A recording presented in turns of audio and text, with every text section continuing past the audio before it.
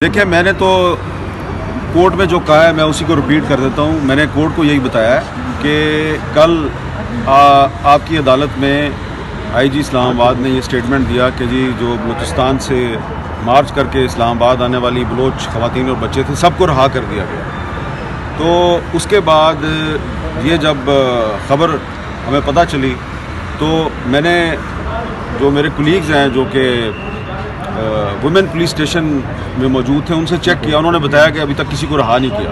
फिर मुझे पता चला कि सेनेटर ताहिर बज़ंजो साहब वहाँ मौजूद हैं। मैंने उनसे बात की, उन्होंने भी कहा कि अभी तक किसी को ना रहा किया, ना हमें मुलाकात की इजाज़त दी गई है। फिर शाम को 6 बजे 3 वज़रा के साथ आईजी साहब ने प्रेस कॉन्फ्रेंस की।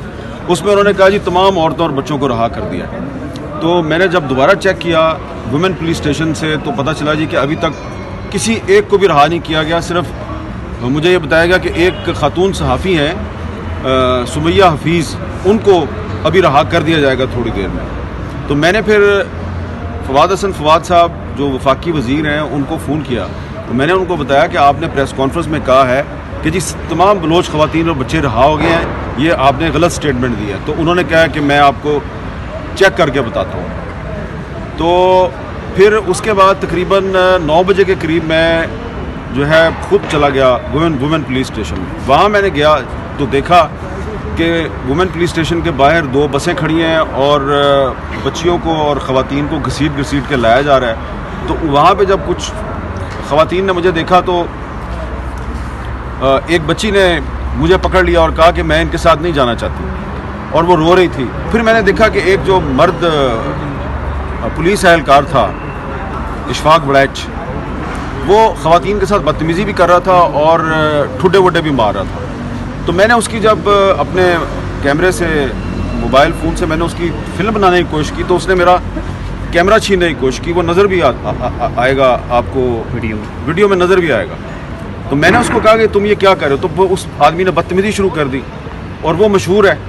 और फिर वहाँ पे जो लोग मौजूद थे उन्होंने कहा जी आप इसके मुँह ना लगें, ये तो नून लीग वालों ने इधर लगवाया हुआ है। तो उसके बाद वहाँ पे रोना पीटना चीखो पुकार थी। मैंने दोबारा फवाद साहब को फ़ोन किया। फवाद हसन फवाद को मैंने कहा कि फवाद साहब, यहाँ पे इस वक्त ख़वातीन को मारा पीटा जा रहा है, इनको ज़बरदस्ती जो है बस में लोड करने की कोशिश हो रही है और ये आप चीखो पुकार की आवाज़ खुद सुन लें। तो वही वो जो इशफाक बड़ैच है वो शायद मेरी बात सुन रहा था, उसने दोबारा मुझे धक्का दे दिया। तो फिर मैंने वो फ़ोन, मेरी कॉल जो है वो डिसरप्ट हो गई। उसके बाद फिर वहाँ पे जो सूरत हाल थी कि ऐसा लग रहा था कि शायद ये इलीगल इमिग्रेंट्स हैं, ये कोई गैर मुल्की तारकीन वतन है या ये अफ़गान मुहाजिरीन हैं और ये बग़ैर वीज़े के पाकिस्तान आ गए हैं और बलूचिस्तान जो है वो कोई दूसरा मुल्क है। तो वो उनको ज़बरदस्ती कह रहे हैं कि हम तुम्हें बलूचिस्तान छोड़ के आएंगे। तो ये जो इशफाक बड़ैच था, इसको मैंने कहा कि तुम्हें पता है तुम क्या कर रहे हो। तो उसने कहा हाँ असी इन्होंने बलूचिस्तान भेज दिया। तो मुझे ऐसा लग रहा था कि ये इस्लामाबाद पुलिस जो है वो बलूचिस्तान को पाकिस्तान का हिस्सा नहीं समझती। तो ये सारी बातें जो कोर्ट को भी बताई हैं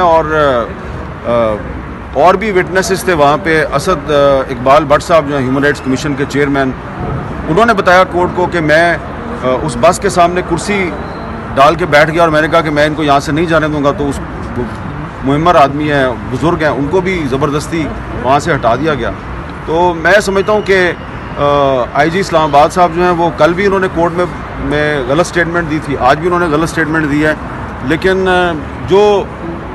वो जो कुछ भी कर रहे हैं ज़ाहिर बात है किसी की आशीर्वाद के साथ ही कर रहे हैं। सर, मुल्क का आइन ये इजाज़त देता है हर शहरी को कि वो अपने हक के लिए, राइट के लिए प्रोटेस्ट कर सकता है। अगर वो कोई इलीगल चीज़ कर रहा है तो उसको कानून के कटहरे में लाया जाना चाहिए। ये ख़वातीन थी, बच्चे थे, क्यों रोकना चाह रहे हैं इनको प्रोटेस्ट से?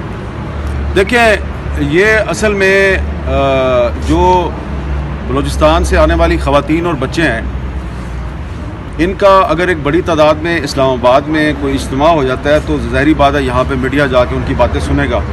तो उससे जो कुछ रियासती इदारों का नैरेटिव है कि ये सारे दहशत गर्द हैं, तो वो उनका नैरेटिव जो है ना वो झूठा साबित होता है। क्योंकि आप सब ने देख लिया कि कल इस्लामाबाद पुलिस ने जिन बच्चों और औरतों को मारा उसमें 12-12 साल की बच्चियां भी थी, उसमें एक 9 साल की बच्ची थी, एक 6 साल की बच्ची भी थी। तो वो कौन, ये बच्चियां जो हैं ये क्यों तुर्बत से चल के इस्लामाबाद आई हैं, क्योंकि किसी का बाप किसी का भाई वो जो है उसको उठा लिया गया है। तो अगर ये यहाँ पे होती तो ज़ाहिर बात है हम इनसे बात करते, ये हमें अपनी कहानी सुनाती। तो इनकी जो मज़लूमियत की दास्तान है वो आपकी जो रियासत का बयानिया है वो उसकी एक बहुत बड़ी कंट्राडिक्शन है।